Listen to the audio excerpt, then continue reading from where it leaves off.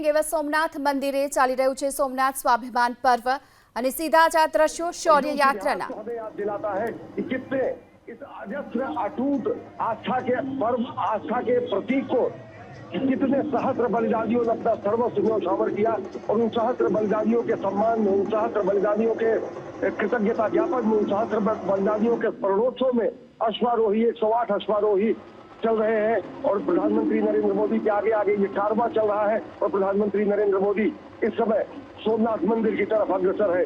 डमरू की ध्वनि, कहीं न कहीं ओंकार की ध्वनि, ओम नमः शिवाय की ध्वनि, हमारे अनेक जो रणभेरी करने वाले, दुंदुभी करने वाले, युद्ध की और रण के घोषणा करने वाले जो हमारे पारंपरिक वाद्य यंत्र, वो नृत्य, कला, संगीत, सबका यहाँ कहीं न कहीं संगम हुआ है, जिससे बताता है कि कैसे भारतीयता यहाँ सिमटी हुई है। और ये जो आस्था का सतत प्रकटीकरण है, सृजन का जो शाश्वत प्रस्तुतिकरण है, उसकी इस समय दुनिया साक्षी बन रही है कि प्रधानमंत्री नरेंद्र मोदी इस समय शौर्य यात्रा के सहभागी बन रहे हैं और हम साक्षी बन रहे हैं स्वाभिमान, सोमनाथ स्वाभिमान पर्व की इस शौर्य यात्रा की।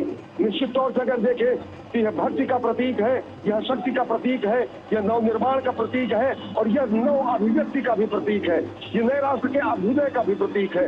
किस तरीके से हमारी संस्कृति पर, हमारी सभ्यता पर, हमारे धर्म पर, हमारी आस्था पर चोट पहुंचाने का कार्य किया गया सहस्राब्दियों तक, लेकिन वो हमारी अडिग अटूट आस्था निरंतर सनातन शाश्वत रूप में विद्यमान है और उसी का महापर्व है और उसी की शौर्य यात्रा है जिसमें प्रधानमंत्री नरेंद्र मोदी इस समय शामिल हो रहे हैं, इस समय सहभागी बन रहे हैं। अगर इस पूरे अंतर यात्रा को देखें, 1026 में महमूद गजनवी ने जब सोमनाथ को अपवित्र करने का कुत्सित बर्बर प्रयास किया था, उसके 1000 वर्ष पूरे हुए हैं। उसके बाद 17, कम से कम इतिहासकार बताते 17 बार सोमनाथ को विध्वंस करने का प्रयास किया गया, लेकिन उस विध्वंस के साथ साथ पुनर्निर्माण की प्रक्रिया भी लगातार जारी रही। जो बर्बर मानसिकता थी, जो पाश्विक मानसिकता थी, उसके खिलाफ अहिंसात्मक मानवीय दृष्टिकोण से लड़ाई सतत जारी रही और अंततः ये विजय का प्रतीक है कि किस तरीके से विध्वंसकारी मानसिकताएं विध्वंस हो जाती है और सोमनाथ का परचम दिव्य ध्वजा, धर्म ध्वजा लहराती रहती है। ये अश्वारोही उन हमारे हुतात्माओं को, उन हमारे शहीदों को, हमारे अमर बलिदानियों के लिए समर्पित है, जिन्होंने हजारों की संख्या में, सहस्रों की संख्या में अपना शीश दबाया। यहाँ इस सोमनाथ मंदिर के परिसर में ही वीर हमीर जी गोहिल जी की प्रतिमा है।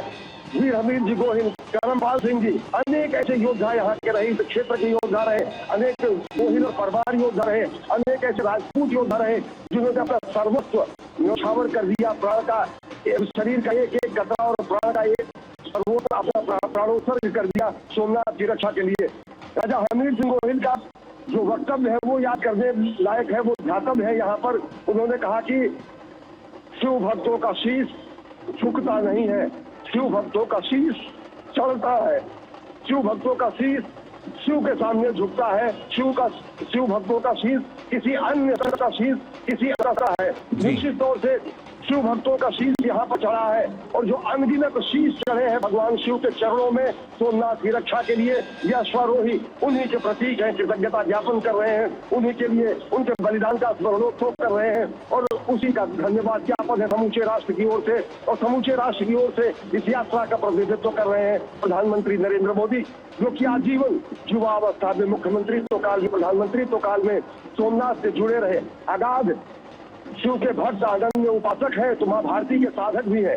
उस स्वरूप में आज प्रधानमंत्री नरेंद्र मोदी यहाँ पर है और किस तरीके से आध्यात्मिकता और आधुनिकता का मेल है, किस तरीके से गौरवशाली अतीत के साथ साथ वैभवशाली भविष्य की झांकी यहाँ दिखती है, वो इस यात्रा में दिख रही है। इस यात्रा में स्पष्ट तरीके से नए भारत का अभ्युदय दिख रहा है। इस यात्रा में स्पष्ट तरीके से सत्यम शिवम सुंदरम के साथ साथ एक जुड़ रहा है, जिसमें हम कह सकते हैं सत्यम शिवम स्वाभिमानम।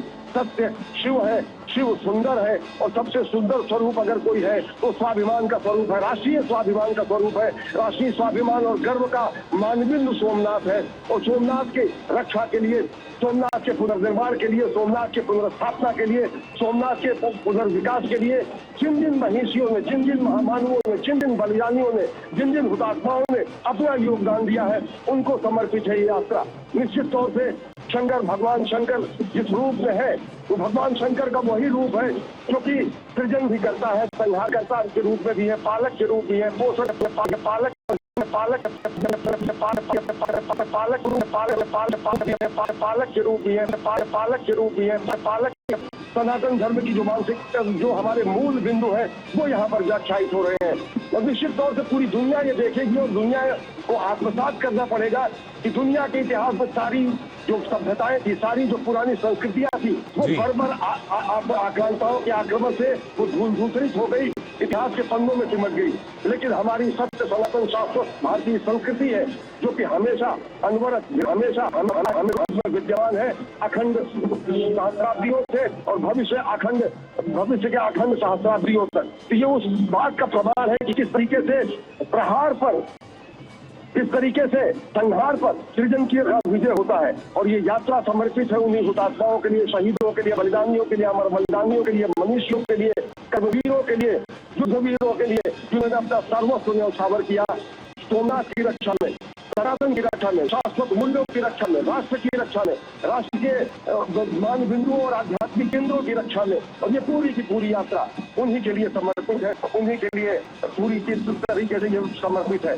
यहाँ पर ये ध्यान देना आवश्यक होगा कि दुनिया का इतिहास पूछता रोम कहाँ, यूनान कहाँ है, हर घर में आग जलाता वहाँ उन्नत ईरान कहाँ है, जब दीप मुझे पश्चिमी जगत के व्याप्त हुआ बर्बर अंधियारा, किंतु चीर कर स्तंभ की छाती चमका हिंदुस्तान हमारा।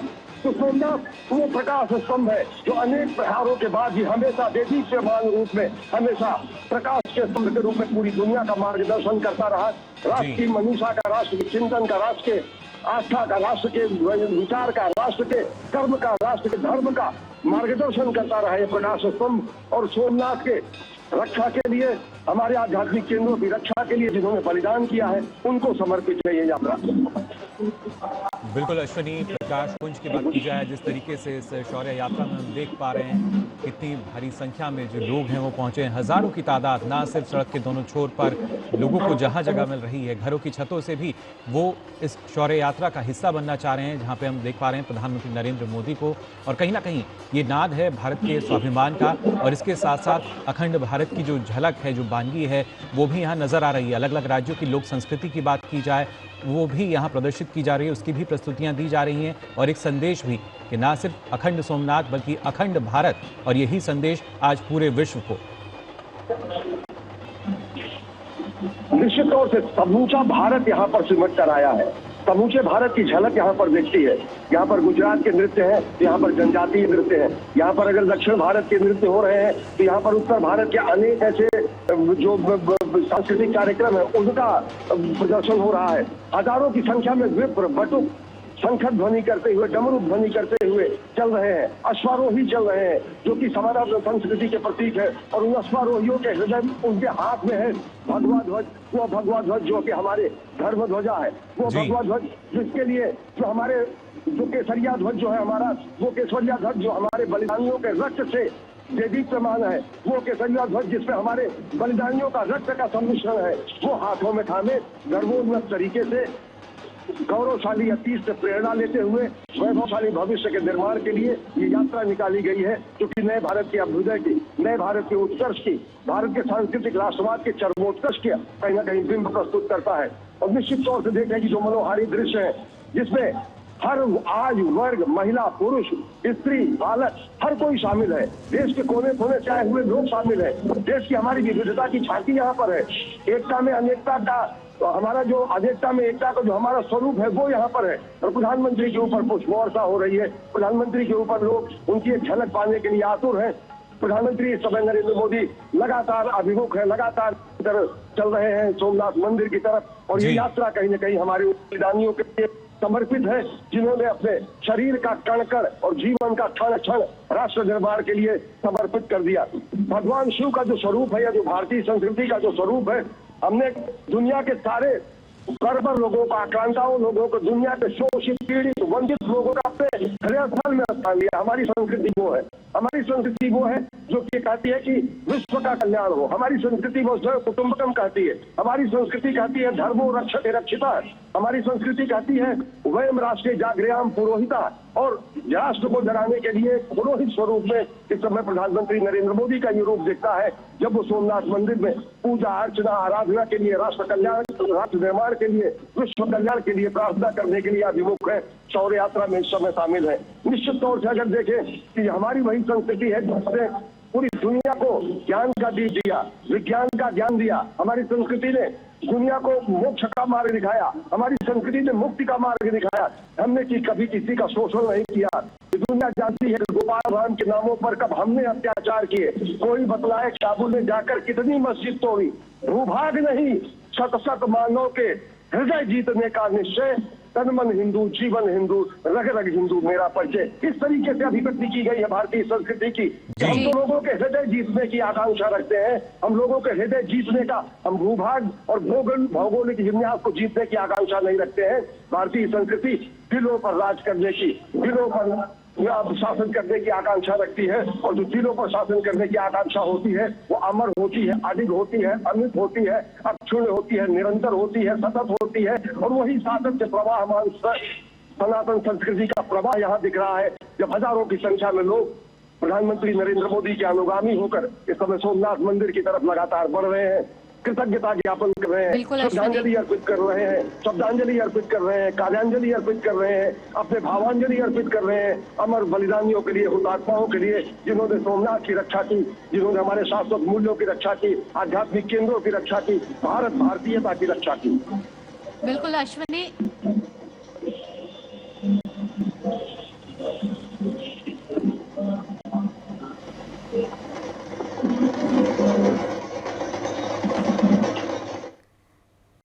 તો ભારતીય સંસ્કૃતિના અનેક કાર્યક્રમોનું આયોજન, જેમાં સમાજનો દરેક વર્ગ હાલ આ શૌર્ય યાત્રામાં સામેલ છે। આ દ્રશ્યો જે અમે આપને દેખાડી રહ્યા છીએ, જ્યાં હાલ સંસ્કૃત યુનિવર્સિટીના આ તમામ વિદ્યાર્થીઓ છે તેઓ પણ જોડાયા છે। શંખનાદની સાથોસાથ डमरूना ध्वनि પણ સંભળાઈ રહ્યા છે। खुली जीप सी है जिसमें प्रधानमंत्री और मुख्यमंत्री गुजरात के सामने नजर आ रहे हैं। 9:45 से कार्यक्रम शुरू होना था शौर्य यात्रा का, प्रधानमंत्री मोदी का, जो आप मान के चलें कि 5-7 मिनट का उसमें विलंब हुआ था। तकरीबन 11 बजे का समय बताया गया है। ये तस्वीरें हम आपको एबीपी न्यूज पर लगातार दिखाते रहेंगे। प्रधानमंत्री नरेंद्र मोदी सोमनाथ मंदिर में खुद पूजा अर्चना 11 बजे करने के लिए पहुंचेंगे। अवधेश मेरे सहयोगी अवधेश मिश्र मेरे साथ जुड़े हैं, जो कि पूरी सोमनाथ की गाथा आपको विस्तार से बताएंगे। अवधेश, प्रधानमंत्री खुद वहां पर सामने तस्वीरों में नजर आ रहे हैं, कैसे प्रधानमंत्री चल रहे हैं और उनके आगे आगे संत समाज के तमाम लोग, 108 घोड़े, बड़ी संख्या में लोग वहां पर इकट्ठा हैं। आप बताएं अवधेश, सोमनाथ की अहमियत और आज ये जो शौर्य यात्रा और स्वाभिमान पर्व मनाया जा रहा है, इसका महत्व क्या है? जी बिल्कुल आशीष, देखिए सोमनाथ की जो गाथा है ये तो सबको पता है, लेकिन आध्यात्मिक रूप से इसका बड़ा महत्व है। और इसकी गाथा शुरू होती है राजा दक्ष से। उनकी जो 27 बेटियां थे, जिनको आज के दौर में हम 27 नक्षत्रों के रूप में देखते हैं, तो जो चंद्र थे उनकी उन 27 बेटियों के साथ शादी हुई, लेकिन जो रोहिणी थी उनको वो ज्यादा मानते थे, जो रोहिणी नक्षत्र आज के दौर में हम कहते हैं। तो राजा दक्ष ने समझाया था चंद्र को कि सारी आपकी पत्नियां हैं, आपको सभी को समान सम्मान देना होगा, लेकिन चंद्र नहीं माने। वो रोहिणी के प्रति ज्यादा आसक्ति थी, और उसके बाद राजा दक्ष ने उनको साथ दिया कि आपको क्षय रोग हो जाए। और उसके बाद फिर ब्रह्मा जी के कहने पर चंद्र वहां पर पहुंचे, और प्रभास क्षेत्र बोलते हैं सोमनाथ को, सौराष्ट्र जो आज के दौर में है, इसको आध्यात्मिक रूप से प्रभास क्षेत्र कहा जाता है। तो इसी प्रभास क्षेत्र में उन्होंने महामृत्युंजय जप किया, और उसके बाद भगवान शिव प्रकट हुए, और उसके बाद फिर भगवान चंद्र ने कहा कि आप यहाँ पर ज्योतिर्लिंग स्वरूप में विराजमान होइए। ये तो रही कहानी आध्यात्मिक, लेकिन शोभा यात्रा जो है इसका आध्यात्मिक महत्व बहुत ज्यादा है। और इस शोभा यात्रा की कुछ खास बातें ये है कि जो 10 नामी अखाड़े हैं, जिनकी पेशवाई हम महाकुंभ में देखते हैं, उनको बुलाया गया है। आवाहन अखाड़े के 17 संत हैं, इसके अलावा जो 6 और 10 नामी अखाड़े होते हैं, उन संतों को यहाँ पर बुलाया गया है। और 108 जो घोड़े हैं प्रतीकात्मक रूप से, ये असल में जितने भी बलिदानी रहे हैं सोमनाथ की रक्षा में, उन बलिदानियों को श्रद्धांजलि के स्वरूप में यहाँ पर ये शोभा यात्रा निकाली जा रही है। और ऐसा लगता है इन तस्वीरों को देखकर जैसे सारी परंपराओं को जीवंत किया जा रहा है, क्योंकि जब महाकुंभ में भी कोई शोभा यात्रा निकलती है तो उसमें आप ध्यान से देखेंगे तो आगे वहां पर सबसे पहले बड़े बड़े झंडे और भाले चलते हैं। असल में वो भी उन्हीं वीरों को श्रद्धांजलि होती है जिन्होंने सनातन धर्म की रक्षा के लिए अपनी प्राणों की आहुति दे दी। और वही ठीक इस वक्त हम सोमनाथ में देख रहे हैं कि शौर्य की सनातन यात्रा है। इसमें घोड़े चल रहे हैं, इसमें डमरू का नाद हो रहा है, इसमें पीली साड़ी में महिलाएं चल रही हैं और प्रधानमंत्री पीछे पीछे चल रहे हैं। तो कुल मिलाकर जो आंदोलन रहा 1000 वर्ष में, जिस तरीके से सोमनाथ को बचाने के लिए बहुत सारे लोगों ने युद्ध लड़े, उसमें क्रांतिकारी भी रहे, उसमें साधु संत भी रहे, उसमें राजा भी रहे। और सबसे महत्वपूर्ण बात यह है जो बहुत कम लोग इस पर गौर करते हैं, सोमनाथ मंदिर के ठीक बाहर हमीर सिंह गोहिल, उनकी एक प्रतिमा लगी है घोड़े पर बैठी हुई। सबसे बड़े बलिदानी सोमनाथ मंदिर की रक्षा में वो माने गए, तो उनको भी ये श्रद्धांजलि है।